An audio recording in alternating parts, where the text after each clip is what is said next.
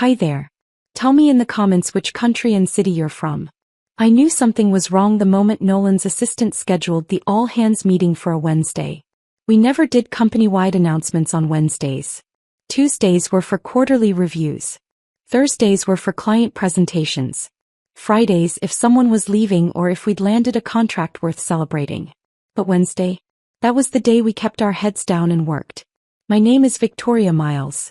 I'm 39 years old and for the last 11 years, I've been the backbone of Crestfield Analytics, a mid-sized data security firm in Austin, Texas. We handled everything from penetration testing to compliance frameworks for Fortune 500 companies. Banks, hospitals, tech startups. If they stored sensitive information, we made sure it stayed locked down tight. I wasn't the loudest person in the room. I didn't post motivational quotes on LinkedIn or speak at industry conferences.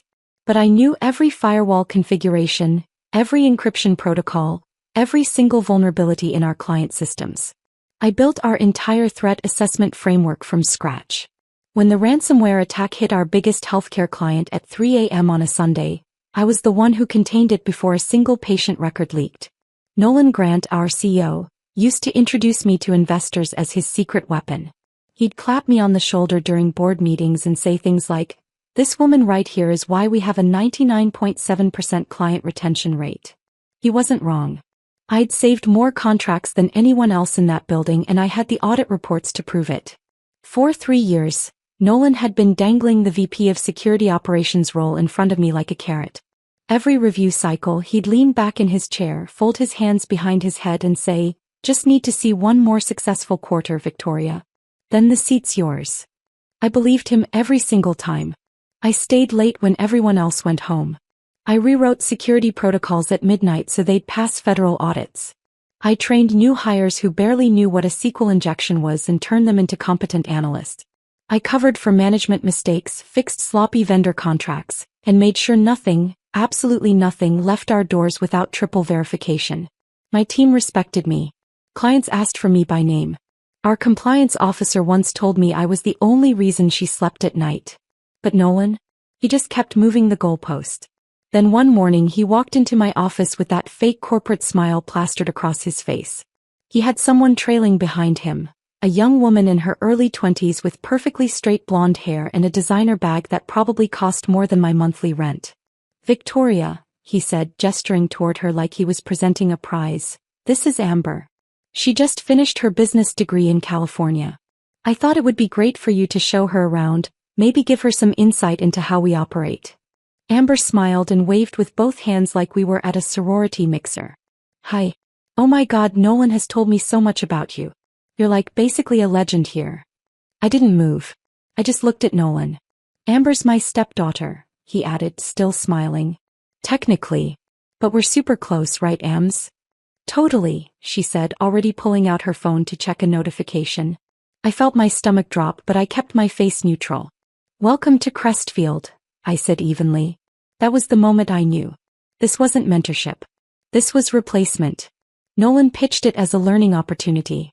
He said Amber needed exposure to real-world operations before she could be effective in any leadership capacity. He made it sound like I should feel honored, like I was being entrusted with shaping the next generation. What he didn't say was that he'd already made up his mind. Amber showed up late on her first day. Not 5 minutes late. 45 minutes late. She walked in holding a matcha latte and apologizing in that breathy, performative way people do when they're not actually sorry. "Traffic was insane," she said, even though I'd already checked Google Maps and knew the highways were clear. I handed her a security clearance form and a stack of onboarding documents. She glanced at them, then set them down on the corner of my desk without reading a single line. "So what do you actually do here?" she asked, already scrolling through Instagram. "We protect data," I said. "Right, but how?" I spent the next 20 minutes explaining the basics of our work. Threat modeling, vulnerability assessments, incident response, while she nodded along and typed something on her phone under the table. When I asked if she had any questions, she looked up and said, "Do we get free snacks?" That afternoon she posted a photo from inside the operations center.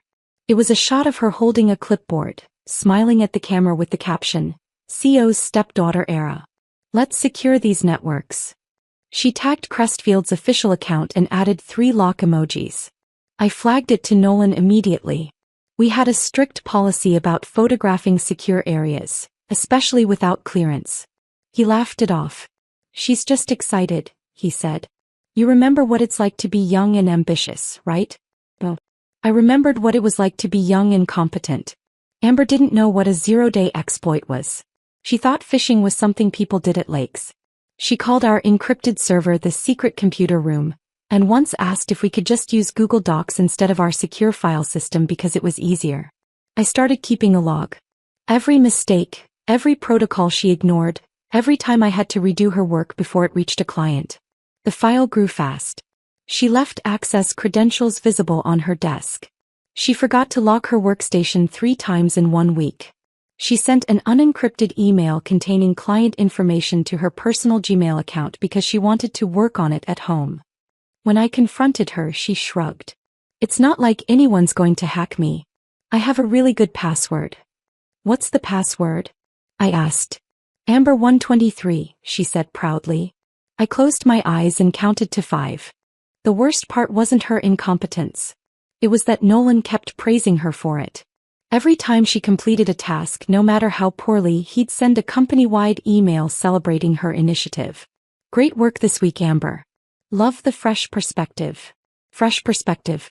That's what he called it when she suggested we replace our firewall with a free antivirus program because it worked fine on her laptop.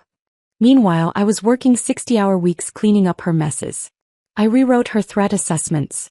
I fixed her broken scripts. I personally called 3 different clients to apologize for delays caused by her mishandling of priority tickets.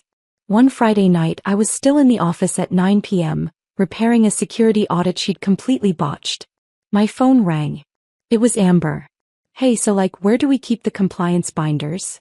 In the locked cabinet, I said. 3rd floor. Next to the server room. Oh, cool. Are they labeled? Yes. Alphabetically. Okay, but which alphabet?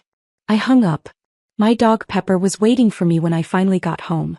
She jumped into my lap the second I sat down, sensing the exhaustion radiating off me. I scratched behind her ears and stared at the ceiling. She asked which alphabet, I muttered. Pepper licked my hand. She always knew when I needed that. 6 months passed. 6 months of Amber learning nothing, breaking everything, and getting applauded for showing up. I kept waiting for Nolan to see it. To notice that I was the one keeping the ship afloat while his stepdaughter played office dress-up. He never did. Instead, he kept hinting that big changes were coming. Restructuring, he called it. Evolution of leadership. Every time he said it, I felt my chest tighten, but I pushed the feeling down. I told myself I'd earn this. I told myself competence would win. I was wrong. The all-hands meeting was scheduled for 10 a.m. on a Wednesday in March. The conference room was packed. People stood along the walls, leaning against filing cabinets, whispering to each other about what the announcement might be. I sat near the front, laptop closed, hands folded in my lap. I'd worn my best blazer, the charcoal one I saved for executive meetings. My hair was pulled back neatly. I looked calm, professional, ready. Nolan walked to the front of the room and tapped the microphone twice. The feedback squealed and everyone quieted down. Thanks for being here, everyone, he said, flashing that $1 million smile. I know Wednesdays are busy, but I wanted to share some exciting news in person. He clicked to the first slide. It was a photo of the entire executive team, corporate headshots arranged in a grid. Crestfield has grown a lot in the past few years, Nolan continued. We've expanded our client base, doubled our revenue, and built a reputation as one of the most trusted names in data security. But growth means change. And change means new leadership. My heart started pounding. I kept my face blank, but my palms were sweating. After a lot of consideration, Nolan said, pausing for effect, I'm thrilled to announce our new VP of Security Operations. The room held its breath. Please join me in congratulating Amber Grant. Silence. Not the polite kind. The stunned kind. The kind where you can hear the air conditioning hum and someone's chair creak in the back. Amber stood up 2 rows behind me. She was wearing a pale pink blazer and heels that clicked against the floor as she walked to the front. She waved at the room like she'd just won an award. Oh my God, thank you so much, she said into the microphone. I'm so honored. I can't wait to bring my vision to this role and really innovate our approach to security. She clicked to the next slide. It was titled Amber's Leadership Philosophy, in bubbly font with a background of pastel gradients. Someone behind me whispered, "Is this real?" I didn't turn around. I just sat there staring straight ahead, feeling the heat crawl up my neck and into my face. My hands clenched into fists under the table. Nolan was smiling at her like a proud father. He wasn't even looking at the rest of us. Amber kept talking. Something about synergy and empowerment and creating a culture of trust. Her voice was bright and confident, like she actually believed she deserved this. I looked at Nolan one more time, hoping, praying that he'd glance my way. That he'd show even a flicker of acknowledgement for what I'd built here. He didn't. That's when something inside me snapped. Not loudly. Not violently. Just a clean, quiet break. Like a cable under too much tension finally giving way. I stood up. My chair scraped against the floor. A few heads turned. I didn't say anything. I just walked toward the door, my footsteps echoing in the sudden silence. Amber stopped mid-sentence. "Oh, Victoria?" I kept walking. Nolan called after me. "Victoria, wait." I pushed through the doors and let them swing shut behind me. I went straight to my office, sat down at my desk and opened a blank document. I typed 4 sentences. Effective immediately, I resigned from my position at Crestfield Analytics. I will not be serving a notice period. My access credentials are enclosed.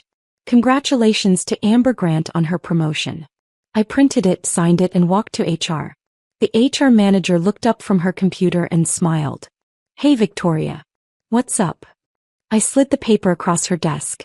She read it once. Then again. Her smile faded. "Oh," she said quietly. "Oh wow. I wasn't expecting this." I said. "Do you want to talk about it? Maybe take a few days to think it over?" "No." "Does Nolan know?" "He will." I walked back to my office, unplugged my laptop and put it in my bag. I didn't take the certifications off the wall. I didn't pack up the coffee mug my team had given me last Christmas. I didn't even close the door. On my way out, I passed one of the junior analysts in the hallway. He looked confused, maybe even scared. I nodded once. He nodded back. The automatic doors slid open and I stepped out into the Texas heat. The sun was bright, the parking lot nearly empty. I stood there for a second, letting the reality of it settle over me. Then I got in my car and drove home. The next morning I woke up before my alarm. No emails. No Slack notifications.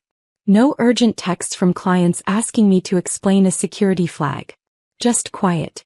I lay in bed staring at the ceiling fan, wide awake and hollow. Not broken. Not angry.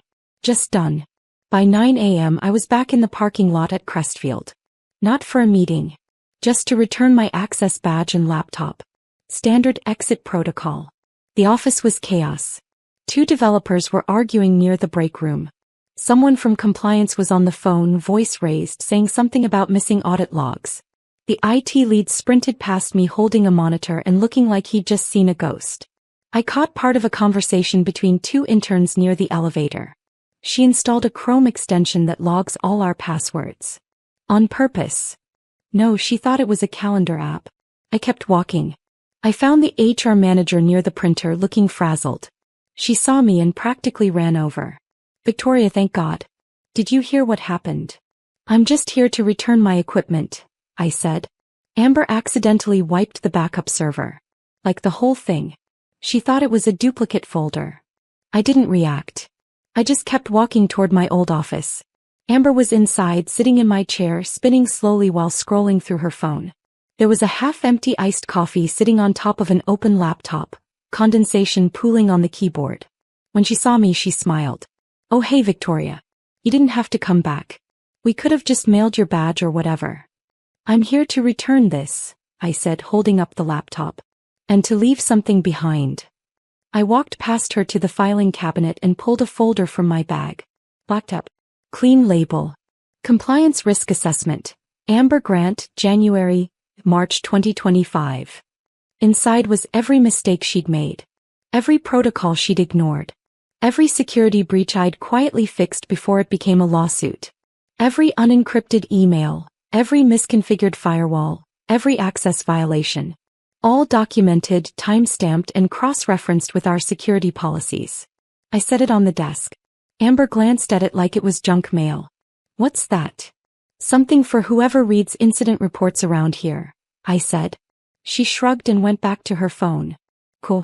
Hey, random question, do you know why the system keeps saying my password is compromised?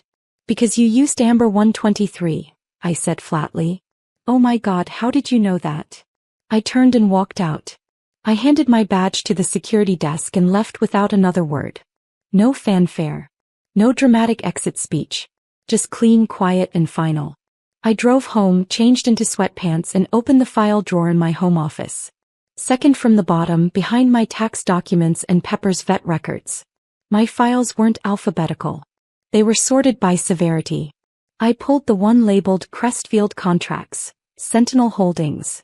3 years ago, Crestfield had signed its biggest client ever, Sentinel Holdings, a private equity firm managing over $8 billion in assets. They needed a full security overhaul. Penetration testing, compliance audits, incident response systems, the works. Nolan was ecstatic. He spent the entire signing meeting talking about his golf game and barely glanced at the contract. He didn't read the fine print. He never did. But I did. Buried in Section 12, subsection D, was a clause I'd written myself. It was hidden between legal jargon and cross-references, disguised as standard escalation language. Executive accountability provision. In the event of a material security breach caused by executive negligence or unqualified personnel placement, Sentinel Holdings reserves the right to invoke emergency governance review and mandate leadership restructuring. Not suggest. Mandate. I knew Nolan wouldn't catch it. He never read anything I put in front of him unless it had $signs or his name in bold. The man who sat across from me during those contract negotiations was named Lawrence Finch. He was Sentinel's chief risk officer, former NSA, and one of the most meticulous people I'd ever met. No small talk. No wasted words. Just sharp, brutal precision. We weren't friends. But we understood each other. After the contract was signed, he sent me one email. 6 words. Section 12D is noted. Well done. That was it. I never mentioned it to Nolan. I just kept my copy of the contract in my files, updated with every amendment and every renewal. I didn't know if I'd ever use it. I wasn't planning revenge. I was just preparing for the inevitable moment when Nolan's laziness put people at risk. Now that moment had arrived. I opened my laptop and pulled up the contract. I verified every signature, every clause, every cross-reference. Then I opened a blank email and addressed it to Lawrence Finch. Subject line, regarding Section 12D. I didn't attach the file. Just wrote. I have material evidence of executive negligence leading to multiple security breaches. I'd like to meet. Your discretion is appreciated. I hit send. Then I stood up, grabbed a seltzer from the fridge and leaned against the counter. Pepper wandered over and sat at my feet, staring up at me with those big brown eyes. It's done, I said. She wagged her tail once. Lawrence replied in 11 minutes. Understood. Friday 4 p.m. Cooper's Grill, booth in the back. No pleasantries. No signature. Just the facts. Exactly what I needed. I didn't have to wait long for the fallout to start. 3 days after I left, my phone started buzzing. Text messages. LinkedIn notifications. Even a voicemail from someone I hadn't spoken to in 2 years. The first message came from Helen, one of the senior analysts I'd trained. You need to see this. She sent a screenshot. It was an internal email from Amber, sent to the entire security team. Subject: New protocol updates. The body of the email was written in Comic Sans. Bright pink font. It included 3 emojis and a link to a Google Doc titled, Amber's Fun Security Rules. I opened the document. My hands were shaking, but not from anger. From disbelief. Rule number 1. Passwords don't have to be complicated. Use something you'll remember, like your pet's name or your birthday. Rule number 2. If you're not sure if an email is phishing, just click it. Better safe than sorry. Rule number 3. We should all be friends on social media. Transparency equals trust. I closed the laptop and stared at the wall. Helen texted again. She's going to get us all fired. Then came the second blow. Another former colleague, Derek from compliance, called me late one night. She fired Hunter. he said, his voice low and urgent. Hunter was our lead penetration tester. He'd been with Crestfield for 8 years. He was brilliant, methodical, and one of the only people who could catch vulnerabilities before they became disasters. Why? I asked. She said he was too negative, Derek said. He kept flagging issues with her process, and she told Nolan he was undermining her authority. I felt my jaw clench. Who replaced him? Some guy she went to college with. He runs a crypto blog. A what? Yeah. His LinkedIn says, blockchain enthusiast. No security certifications. No professional experience. Just a blog. I hung up and sat in the dark for a long time.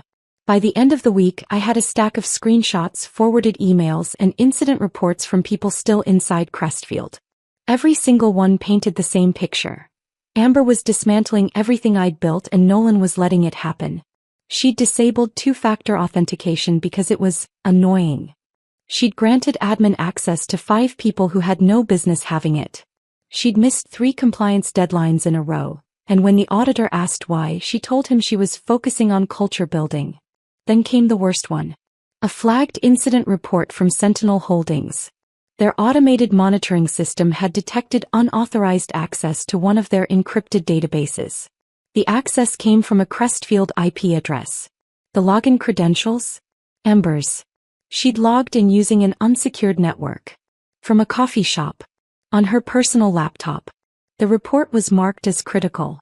The timestamp showed it had been flagged and then closed within 6 minutes. No investigation. No follow-up. Just marked as resolved. I cross-referenced it with Crestfield's internal logs. The person who closed the ticket was Nolan. I sat back in my chair and let out a slow breath. They weren't just incompetent. They were actively covering it up. I opened a new folder on my desktop and labeled it Executive Negligence. Evidence Log. I didn't call it revenge. I didn't call it petty. I called it what it was. Documentation. I compiled everything. Timestamps. Screenshots. Policy violations. Failed audits. Client complaints. Unauthorized access logs. I sorted them by severity and cross-referenced each incident with the relevant section of our security policies and our contract with Sentinel. The result was 63 pages of irrefutable evidence. I named the file Crestfield Security Breach Analysis. Executive Oversight Failure. I saved it, backed it up, and left it open on my screen. I'd built Crestfield's security infrastructure from the ground up. I knew every system, every process, every potential point of failure. And now I was going to bury them with the blueprint. Cooper's Grill was tucked into a quiet corner of downtown Austin, the kind of place where businesspeople went to have conversations they didn't want overheard. Darkwood booths. Low lighting. No music. Lawrence was already there when I arrived. Same booth as always, tucked in the back corner. He was wearing a gray suit, no tie, and his expression was as unreadable as ever. I slid into the seat across from him and set my bag on the bench. He didn't greet me. Didn't smile. Just looked at me and waited. I pulled out the folder and placed it between us. Crestfield Security Breach Analysis. Executive Oversight Failure. Lawrence picked it up, opened it, and began reading. He didn't skim. He read every word, every footnote, every timestamp. His pen moved across the pages in sharp, precise underlines. Black ink. No notes. Just marks. I didn't interrupt. I didn't explain. I let the evidence speak for itself. He reached page 63, closed the folder, and looked up. This is enough to invoke Section 12D, he said. Possibly enough for criminal negligence charges. I nodded. What do you want? He asked. I want the clause executed, I said. Publicly. He tilted his head slightly. You want Nolan removed? I want Nolan and Amber both held accountable, I said. I want their names on the record next to every breach they caused. Lawrence took a slow breath and nodded once. We'll call an emergency board session. Monday morning. Full executive review. I'm not testifying, I said. You won't need to, Lawrence replied. The documentation is airtight. A server came by. Lawrence ordered black coffee. I didn't order anything. When the server left, Lawrence rested his hands on the folder. You could have escalated this months ago, he said. I wasn't ready, I replied. And they hadn't crossed the line yet. Tao they have, I confirmed. He gave me the faintest hint of a smile. It wasn't warm. It was sharp. I'll start with the unauthorized access logs, he said. That should get their attention. Everything's indexed, I said. No guesswork. He picked up the folder. Monday. 9 a.m. Executive Boardroom. You'll sit third row. Observer status. I stood up and slung my bag over my shoulder. I'm not here to save anything, I said. I just want to watch it fall apart. Lawrence nodded. Understood. I walked out into the Austin evening, the air warm and heavy. I got into my car, set my bag on the passenger seat and sat there for a moment, hands on the steering wheel. I wasn't nervous. I wasn't excited. I was ready. Monday morning, I walked into Crestfield's executive boardroom at 8:54 a.m. I wore a white blouse, black slacks and my best blazer. Hair pulled back. No jewelry. No makeup except lip balm. I wasn't here to impress anyone. I was here to watch the system I'd built do exactly what it was designed to do. Protect the integrity of the work. The boardroom was smaller than I remembered. Maybe because this time I wasn't standing in the corner with a compliance folder. This time I was seated third row, compliance observer section. Nolan was already there, pacing near the windows. His tie was crooked. His shirt looked like it had been pulled off the back of a chair that morning. He kept checking his phone, muttering to himself. Amber sat at the head of the table, scrolling through Instagram and sipping an iced latte. She didn't even look up when I walked in. At exactly 9 a.m. Lawrence Finch entered the room. 2 attorneys followed him, briefcases in hand, expressions blank. Behind them was a woman in a navy suit with a Sentinel Holdings badge clipped to her jacket. External compliance auditor. She closed the door behind her and locked it. The room went silent. Lawrence didn't sit. He walked to the front of the table and set down a slim black folder. Per our contractual agreement with Crestfield Analytics, Lawrence began, his voice calm and cold. Sentinel Holdings is formally invoking Section 12D, Executive Accountability Provision. Every head in the room turned. Half the board members looked confused. The CFO leaned forward and said, "Wait, what clause is that?" Lawrence opened the folder and began laying out documents. One by one. Methodically. Unauthorized access logs. Failed compliance audits. Disabled security protocols. Forged incident reports. Each document was time-stamped, labeled, and cross-referenced with Crestfield's own security policies. By page 12, the silence had shifted from confusion to horror. Nolan stood up abruptly. "This is a misunderstanding," he said, his voice loud.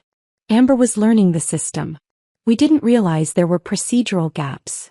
Lawrence didn't even glance at him. Section 12D does not exempt negligence disguised as training. I wasn't negligent, Nolan shot back. I trusted my team. Then that's incompetence, Lawrence said flatly. Amber finally looked up from her phone. "Wait, hold on," she said, her voice rising. "Can someone explain what's happening? I feel like everyone's being really aggressive right now." One of the board members, a woman from legal, spoke up. "You disabled 2-factor authentication across the entire network." "Because it was annoying," Amber said. "People kept complaining." "You granted admin access to someone with no security clearance," another board member added. "He's my friend," Amber said defensively. "I trust him." "You logged into an encrypted client database from a public coffee shop," Lawrence said, his voice cutting through the room like a blade. Amber blinked.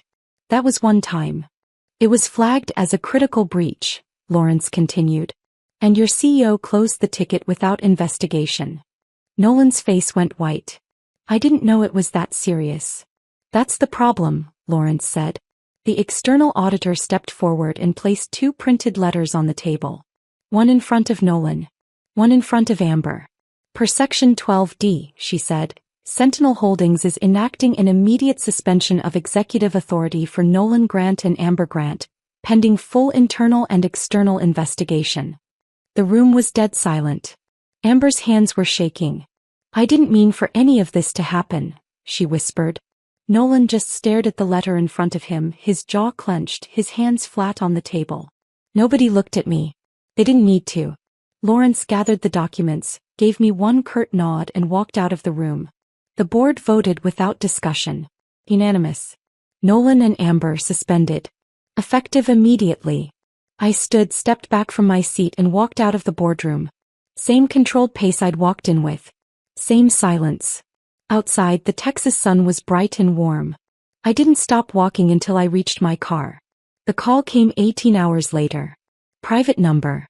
I answered out of reflex. Victoria, it's Gerald Lansing. Board chair. His voice was calm, formal, carefully polite. We've convened an emergency session, he continued. The board would like to offer you the position of VP of Security Operations. Effective immediately. Full benefits, long-term contract, complete operational authority. He used words like stability, integrity, and rebuilding trust. I let him finish. Then I said, no. Silence on the other end. May I ask why? He said carefully. You only value fireproofing after the building burns down, I said. I'm not your cleanup crew. Victoria, I think you're misinterpreting our intentions here. This isn't just damage control. This is recognition of. It's not personal, I cut in. But I gave Crestfield everything. And it only mattered after everything exploded. He sighed. The kind of tired sigh men make when they realize the woman in front of them isn't bluffing. What would it take for you to reconsider? He asked. Nothing, I said. But I'll tell you who should have the job. Who? Hunter Rhodes, I said. He was your lead penetration tester before Amber fired him. He knows every system, every vulnerability, every protocol. He doesn't need executive experience. He needs 6 months and room to prove himself. Pause. He's not a traditional choice, Gerald said. Neither was I replied. And I built everything you're trying to save. Another pause. Longer this time. We'll vote on it internally, he said. But I'll raise it personally. Good, I said. I hung up before he could say anything else. They thought the offer would flatter me. Like this was some kind of victory. But it wasn't a crown. It was a band-aid. They didn't want me back because I mattered. They wanted the fire to stop, and I wasn't going to spend another decade being treated like a smoke alarm. The truth was, I didn't hate Crestfield. Not even after everything. It had been my proving ground, my battlefield, my place to build something real. But it wasn't mine anymore. I didn't feel a pull. I didn't feel loss. I just felt done. I stared out the kitchen window, sunlight catching the edge of the counter, sharp and clean. Then I opened my laptop. I had work to do. The new office was small. 2 rooms, polished concrete floors, huge windows overlooking downtown Austin. I could see the Capitol building from my desk. The sign on the door was simple. Clean black letters on frosted glass. Miles Advisory, Security Consulting and Risk Assessment. No flashy tagline. No corporate jargon. Just the work. I didn't take clients who wanted quick fixes or shortcuts. I took the ones who understood that security wasn't a product, it was a discipline. The ones who knew that one careless decision could cost them everything. Lawrence became a regular. He'd stop by twice a week, always on time, never late. He'd review documents, make notes in his precise handwriting, and leave with exactly what he needed. We didn't do lunch meetings. We didn't need to. We trusted each other. And that was worth more than any partnership agreement. One morning, a package arrived at my door. No return address. Inside was a framed certificate. It was one of my old compliance awards from Crestfield, the one I'd left hanging on the wall when I walked out. There was a sticky note attached. Thought you might want this back. Hunter. I smiled. Pulled the certificate out of the frame, ran it through the shredder and set the empty frame on my shelf. It looked better that way. My phone buzzed. LinkedIn notification. Amber Grant viewed your profile. I stared at it for a second, then locked my phone and tossed it on the desk. The coffee was still hot. I took a sip and opened Spotify. Fleetwood Mac came on. Perfect. A new client file was waiting on my desk. Small tech startup in Denver. Who wanted to promote his college.